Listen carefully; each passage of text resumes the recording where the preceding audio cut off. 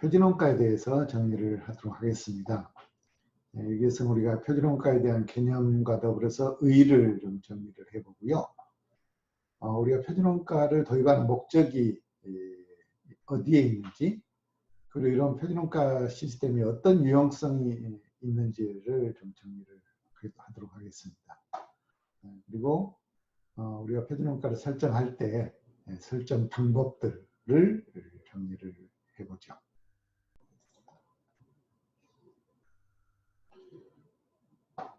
표준원가의 개념에 대해서 정리를 좀 해보도록 하겠습니다. 네, 표준원가는 관리적 의사결정을 위해서 필요한 하나의 기준이라는 측면을 강조하고 있는데요. 표준원가 제도는 표준원가를 공식적인 회계 시스템에 도입하여 사용한다는 그런 제도적인 측면을 강조하는 개념이 되겠습니다. 표준원가 제도란 공식적인 회계 제도에 표준원가를 도입을 해서 이를 기준으로 제품이나 또는 서비스 원가를 계산하는 그런 회계 처리 방식입니다. 즉 표준원가 계산 제도는 정상적이고 효율적인 그런 영업활동에서 발생하는 것으로 예상되는 여러 가지 원가를 제품 및 서비스 원가에 포함시키는 그런 개념이다라고 보실 수 있겠습니다. 자, 표준원가는 어떠한 의의를 가지고 있는지를 보겠습니다. 표준이라고 하는 것은 어떤 활동을 효율적으로 수행할 경우에 달성돼야 할 수준의 측정치인데요. 표준원가는 제품 한 단위를 완성하기 위해서 과학적인 분석을 통해서 사전에 예산상으로 결정되는 그런 목표 원가를 단위당 예산으로 책정하는 그런 의미로 이해하시면 되겠습니다. 표준원가 계산은 어떤 모든 원가 요소에 대해서 과학적 방법 또 통계적 방법에 의해서 현재의 경영 조건에 매우 효율적으로 달성시킬 수 있는 그런 표준원가를 미리 산정을 하고 이를 실제 발생하는 원가와 비교를 해서 그 차이 분석을 통해서 경영자로 하여금 과거의 성과를 평가하고 미래의 성과를 향상시키는데 도움을 줄 수 있게끔 이렇게 유용한 정보를 제공하는 데 그 의의가 있다라고 볼 수가 있겠습니다. 표준원가 제도를 도입하는 목적에 대해서 좀 알아보도록 할까요? 표준원가 계산의 목적은 크게 우리가 네 가지로 정리를 해 볼 수 있겠습니다. 첫 번째는 예산 편성의 기초 자료로서 우리가 활용이 될 수 있다고 보고요. 또 두 번째는 원가 통제를 위한 그런 자료를 제공하는 것이고, 세 번째로는 경영 의사결정을 위해서 기초 자료로 활용될 수가 있고, 네 번째로는 원가 계산을 신속하게 시행할 수 있다고 하는 것이죠. 경영 활동에서 더욱 필요한 것은 미래에 발생할 원가를 예측하는 것인데요. 이를 위한 것이 바로 표준원가 제도다라고 볼 수가 있겠습니다. 표준원가는 앞에서 우리가 봤지만은 제품 한 단위당 생산에 필요한 그런 자원과 또 활동의 양, 그리고 원가 요소별 가격을 미리 설정된 표준에 따라서 투입하였을 경우에 가해지는 그런 계산된 원가다, 미리 계산된 가정하는 원가다라고 이렇게 우리가 볼 수 있습니다. 대부분의 제조기업들은 어떤 형태로든지 간에 표준원가를 사용을 하고 있습니다. 따라서 이러한 표준원가를 우리가 도입하는 데 있어서 몇 가지 목적이랄까요? 좀 보면은 신속한 의사결정을 위해서 매우 유익하다라고 볼 수가 있겠죠. 현실적으로 대부분의 판매 가격은 생산이 이루어지기 전에 미리 정해지는 게 대부분입니다. 또 실제 원가에 대해서 의사결정은 사실상 불가능하다는 것이죠. 그렇기 때문에 대부분 판매 또는 생산 의사결정은 사전에 정해지게 되는데 이처럼 사전에 어떤 의사결정을 하는 과정에 있어서 바로 이 표준원가에 의한 원가 추정치를 가지고 우리가 의사결정을 할 수밖에 없다라고 하는 측면에서 신속한 의사결정을 하는 데 있어서 매우 중요한 그런 자료가 된다라고 볼 수가 있겠습니다. 또 두 번째로는 생산 및 판매를 위한 그런 예산을 설정하기 위한 것이다라고 하는 것이죠. 예정된 생산을 원활히 완수하기 위해서는 원재료와 부품 등을 얼마나 구매를 해야 되고 또 어떤 인력과 활동을 준비해야 하는지 또 어떤 시설을 갖추고 이용해야 하는지 등에 대한 계획을 수립을 하게 되는데 이때 이런 계획 수립과 관련해서 예산에 의거해서 총원가를 추정을 하고 어느 정도 이익이 예상되는지를 추정할 수가 있다라고 하는 것입니다. 그런 측면에서 생산 및 판매를 우리가 미리 설정해 볼 수가 있는 것입니다. 또 세 번째로는 추후 실제 원가와의 차이를 분석을 함으로 인해 가지고 원가를 통제하거나 또 성과를 측정하는 데 사용된다 하는 것이죠. 일반적으로 원가의 차이는 수량 차이와 가격 차이로 의해서 분해되고 분석되어질 수 있습니다. 불가피한 가격 상승에 의한 차이는 제외한다 하더라도 나머지 수량의 다른 차이에 대해서는 그 원인을 규명할 필요가 있다는 것이죠. 즉 원가를 구성하는 주요 요소들에 대해서 표준을 설정을 하고 그 표준과 차이가 발생하는 경우에는 즉각적으로 그 원인을 분석을 하고 대책을 마련을 하게 되는데 바로 이러한 통제 및 성과를 측정하는 기본 자료가 바로 이 표준원가다라고 볼 수가 있겠습니다. 표준원가 유용성에 대해서 정리를 좀 해보죠. 표준원가 계산 제도를 도입하는 몇 가지 이유가 있습니다. 그리고 그만한 어떤 유용성이 있기 때문에 우리가 이 표준원가 제도를 도입을 하게 되는데 첫 번째로는 사전에 설정된 표준원가를 사용함으로 인해서 단기 제품 제조원가 또 매출원가 또 기말 재고자산의 계산이 실제 원가를 집계하기 이전에도 용이하게 제품 원가를 신속하게 만들어낼 수 있다고 하는 것이죠. 또 두 번째로 표준 원가를 기초로 한 그런 예산과 또 실제 원가를 기초로 한 실제 성과와의 차이를 분석을 함으로 인해서 비능률적으로 발생하여 차이가 생기는 이런 요인들에 대해서는 원인을 규명하게 되고 또 성과 평가 및 원가 통제를 할 수 있는 그런 정보로 활용이 될 수 있다고 하는 것입니다. 세 번째로 기업이 연초에 수립한 그런 계획을 수치화하려고 하면은 예산을 편성하게 되는데 그때 이 기초자료로 또 경영계획을 수립하는 데 있어서 매우 유용한 그런 자료로 활용이 될 수 있다고 보겠습니다. 또 네 번째로는 제품원가를 표준원가로 인식함으로써 조직 구성원들로 하여금 목표 달성과 동기부여를 제공하는 데 매우 유용하게 활용이 될 수 있다고 보겠습니다. 표준원가가 가지는 장점에 대해서 정리를 좀 해보겠습니다. 표준원가를 원가 계산 제도에 도입을 하게 되면은 표준원가 자체가 가지고 있는 그런 유용성과 더불어서 몇 가지 장점들을 우리가 활용할 수가 있을 것 같은데요. 첫 번째로 원가 계산이 매우 용이하고 또 기장 업무를 신속 및 간소하게 할 수 있다고 하는 것입니다. 제품 및 서비스 단위당 원가가 표준원가로 이미 결정이 되어 있기 때문에 실제 원가를 집계하기 위한 그런 노력이 절감이 될 수 있고요. 또 제품이나 서비스의 산출과 동시에 원가를 계산할 수가 있기 때문에 적시에 원가 통제를 할 수 있고 또 원가 보고서의 작성에 있어서도 많은 시간과 노력이 소요되지 않는다라고 하는 것입니다.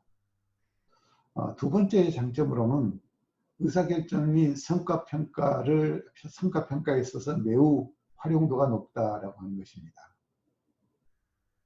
표준원가는 계획 수립 또 각종 관리적 의사결정에 매우 유용하게 활용이 되고 실제 원가와의 차이 분석을 통해서 성과평가 및 원가 통제에 활용이 되고 있다고 보겠습니다.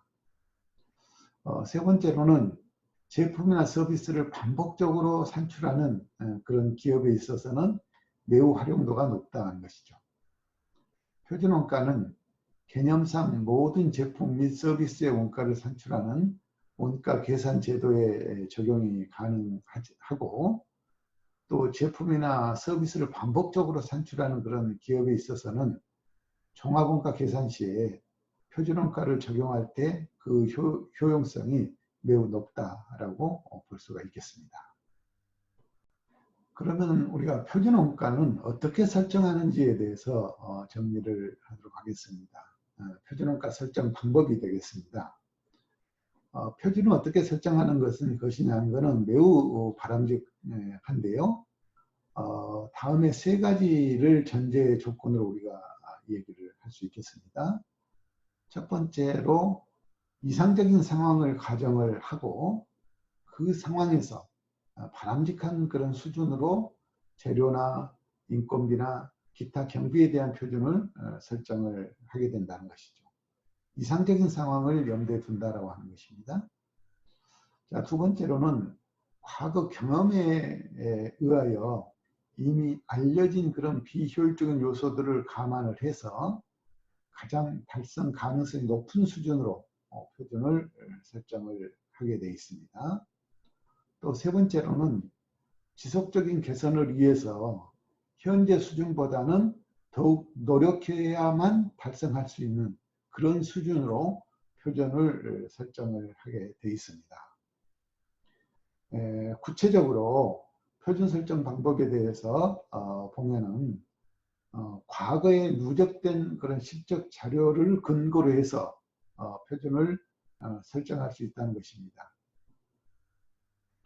만약 기업이 활동기준 원가 시스템이나 또는 실적의 평균 수준 또는 과거로부터 추세를 감안하여 주로 자원 투입이나 또 활동률 등에 대한 표준을 설정을 하게 되는데 표준 원가는 표준 수량과 또 표준 가격의 곱으로 표현이 됩니다. 그렇기 때문에 주로 자원 투입과 또 세부적으로 표준 수량과 표준 가격을 설정을 해서 원가 절감 가능성이 적거나 또 변화 가능성이 적은 그런 항목들에 대해서는 한꺼번에 묶어서 표준을 설정할 수도 있게 된다는 것입니다. 또 표준 설정 방법으로는 공학적인 그런 기법을 활용을 해서 우리가 표준을 설정한다고 하는 것이죠.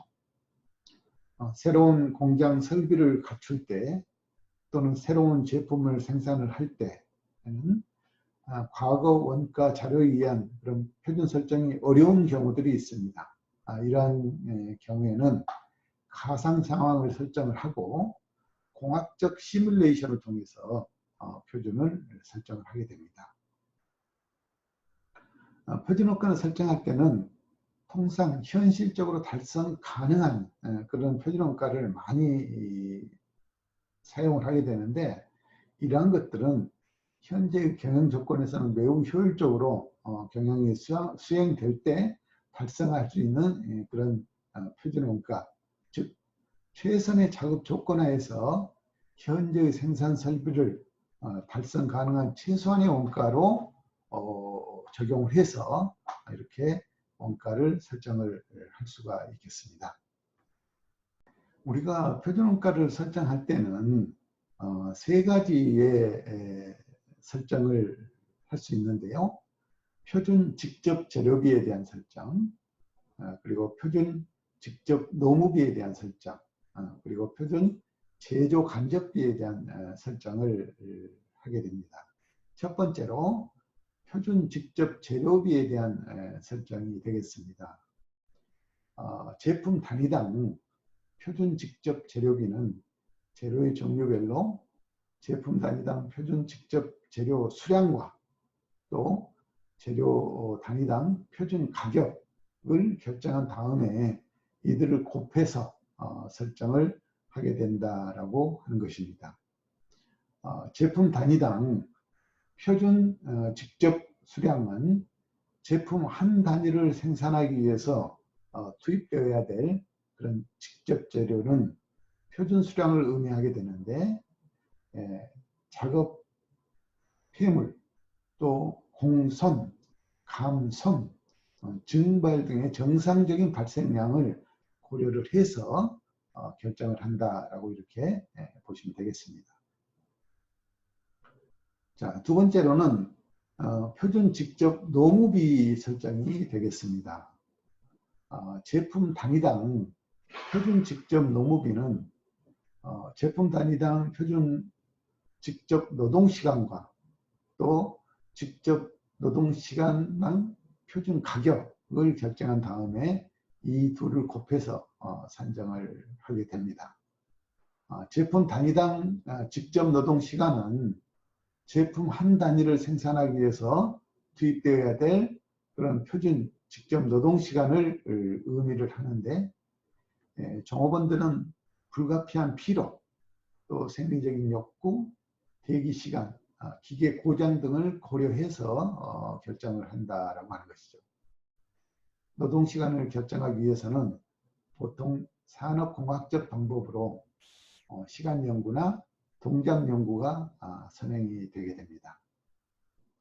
직접 노동시간당 표준 가격은 표준 임률이라는 의미로 우리가 쓰이고 있는데, 이는 급여나 수당뿐만이 아니고 복리후생, 또 인건비적인 성격을 띤 다른 모든 원가들을 포함을 해서 고려를 하게 되고, 또 미래 임금 인상 부분까지도 고려를 하는 그런 경우가 있겠습니다. 세 번째로는 표준 제조 간접비에 대한 설정이 되게 되겠습니다. 제조 간접비는 성격상 그 구성 항목이 매우 다양하고 또 항목별 원가를 발생시키는 원인들도 매우 다양하기 때문에 표준 제조 간접비를 설정하는 문제는 앞에서 보셨던 직접 재료비나 또 직접 노무비 설정하는 것하고는 상당히 차이가 있다라고 보실 수 있겠습니다. 그래서 표준 제조 간접비는 암묵적인 가정을 전제로 설정하는 것이 바로 일반적이다라고 하는데요. 그 암묵적인 가정을 전제로 하는 데 있어서 첫째로 제조 간접비의 구성 항목이 다양하지만은 조업도와 관련성에 따라서 그 구성 항목을 변동 제조 간접비와 고정 제조 간접비로 구분할 수 있다라고 가정을 하는 것이고요.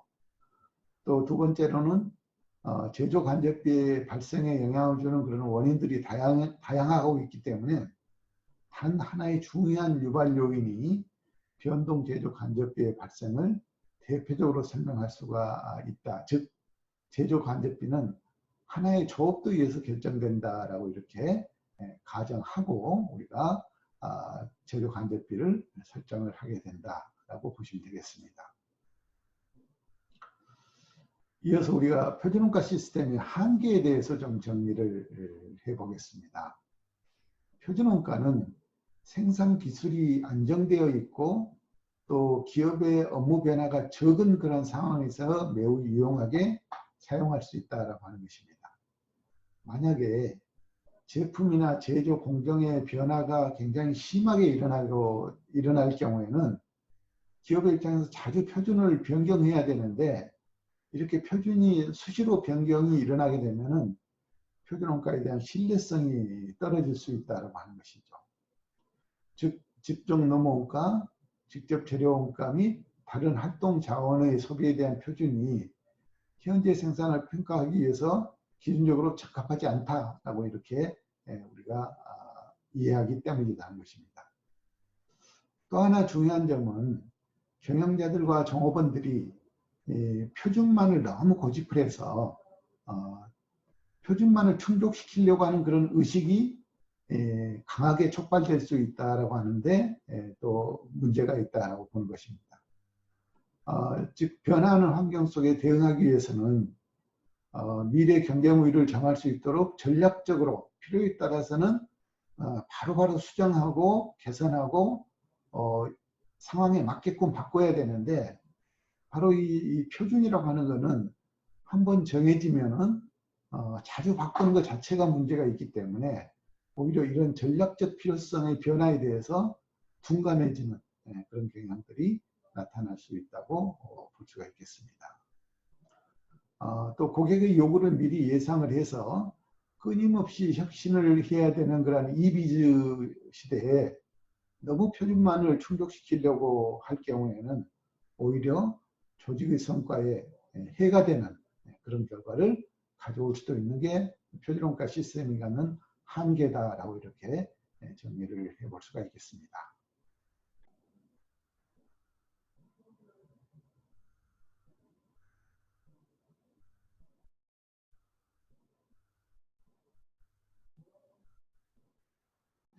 표준원가에 대해서 우리가 정리를 해보았습니다. 표준원가의 개념 및 의의에 대해서 알아보았고요. 그리고 우리가 표준원가를 도입하는 목적, 또 표준원가가 어떤 측면에서 유용한지를 정리를 해봤고, 그리고 이런 표준원가를 설정할 때는 어떤 설정 방법들을 쓰는지, 그리고 어떤 가정하에 우리가 표준을 설정하는지와 더불어서 마지막으로 표준원가 시스템이 갖는 한계점에 대해서 정리를 좀 해보았습니다. 다시 한번 간단하게 요약 정리를 하면은요, 우리가 표준원가의 개념에서 표준원가라고 하는 것은 관리적 그런 의사결정을 위한 하나의 기준점이 된다라고 이렇게 보았죠. 그리고 표준원가 제도는 정상적이고 효율적인 그런 영업활동에서 발생하는 것으로 예상되는 그런 원가를 제품 서비스에 포함시켜서 우리가 원가를 관리하게 되는 기본 자료로 활용한다라고 봤죠. 표준원가가 갖는 의의에서는요, 제품 한 단위당 제품을 완성시키기 위해서 과학적인 분석을 통해서 사전에 예산상으로 결정된 그런 목표 원가가 바로 이 표준원가다라고 우리가 정리를 했고, 표준원가 계산은 모든 원가 요소에 대해서 과학적인 방법과 통계적인 방법에 의해서 현재의 경영 조건 속에 매우 효율적으로 달성할 수 있는 그런 표준원가를 미리 산정을 하고, 실제 발생한 원가와 비교를 통해서 그 차이를 분석하며 경영자로 하여금 과거의 성과를 평가하게 하고 또 미래의 성과를 향상시키는 데 있어서 매우 유용한 그런 정보가 바로 이 표준원가다라고 이렇게 정리를 했습니다. 우리가 표준원가를 도입하는 목적에 대해서 정리를 해봤는데요. 첫 번째로 신속한 의사결정을 하기 위해서는 바로 이 표준원가가 필요하다라고 봤죠.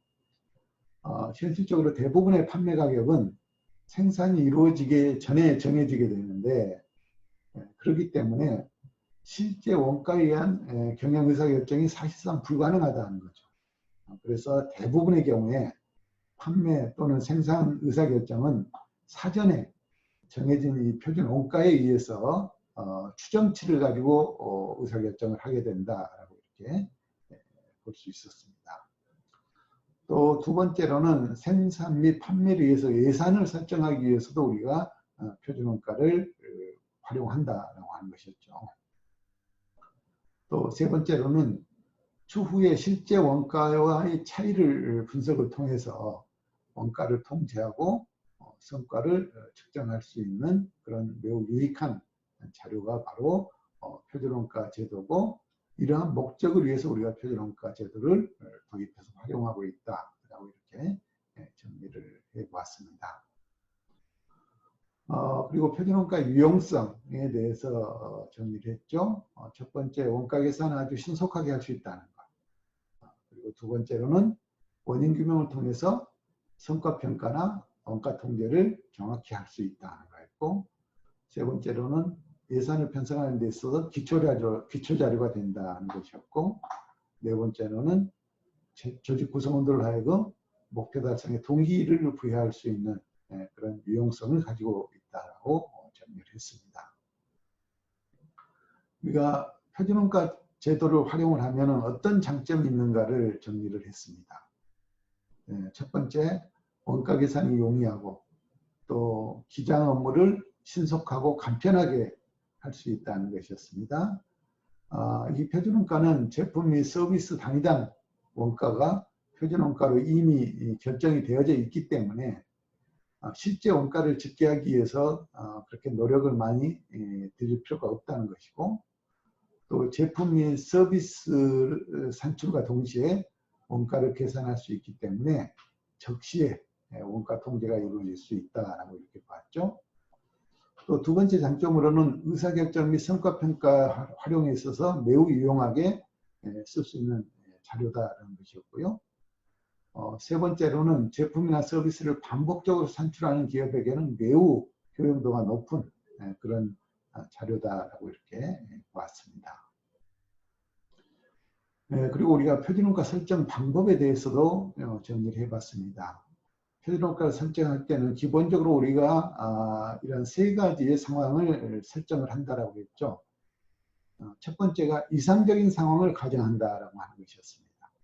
그리고 그러한 상황 속에서 바람직하게 재료나 인건비나 기타 경비 등의 표준을 설정하는 것이었고요. 또 두 번째로는 과거 경험에 의해서 이미 알려진 그런 비효율적인 요소를 감안해서 가장 달성 가능성이 높은 수준으로 우리가 표준을 설정을 한다는 것이었고, 또 세 번째로는 지속적인 개선을 위해서 현재 수준보다는 더욱 노력해야만 달성할 수 있는 그런 수준으로 우리가 표준을 설정한다라고 하는 것이었습니다.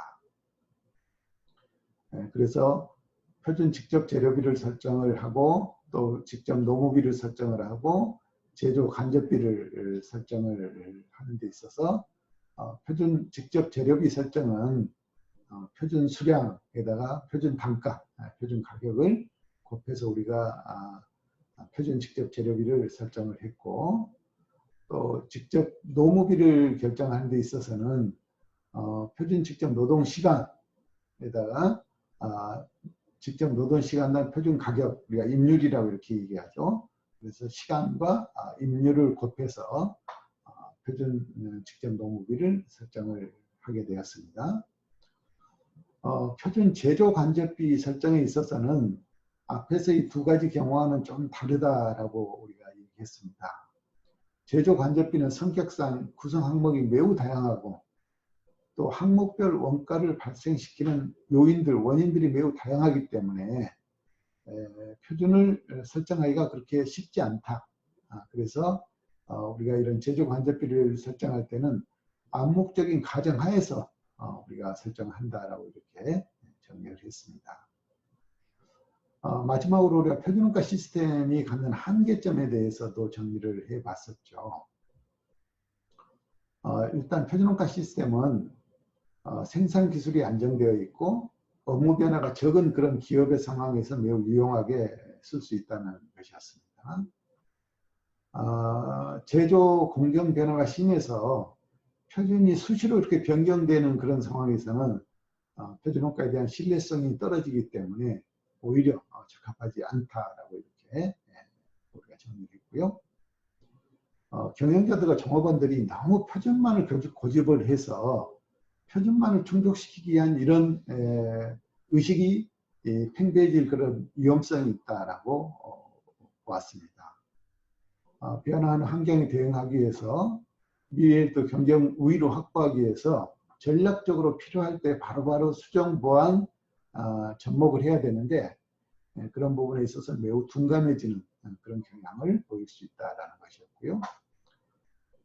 그리고 끊임없이 혁신을 필요로 하는 그런 이 비즈니스 시대에 표준만을 충족시키기 위한 그런 것들은 오히려 조직의 성과에 해를 줄 수 있다라고 표준원가 시스템에 대한 한계점을 우리가 정리를 하였습니다.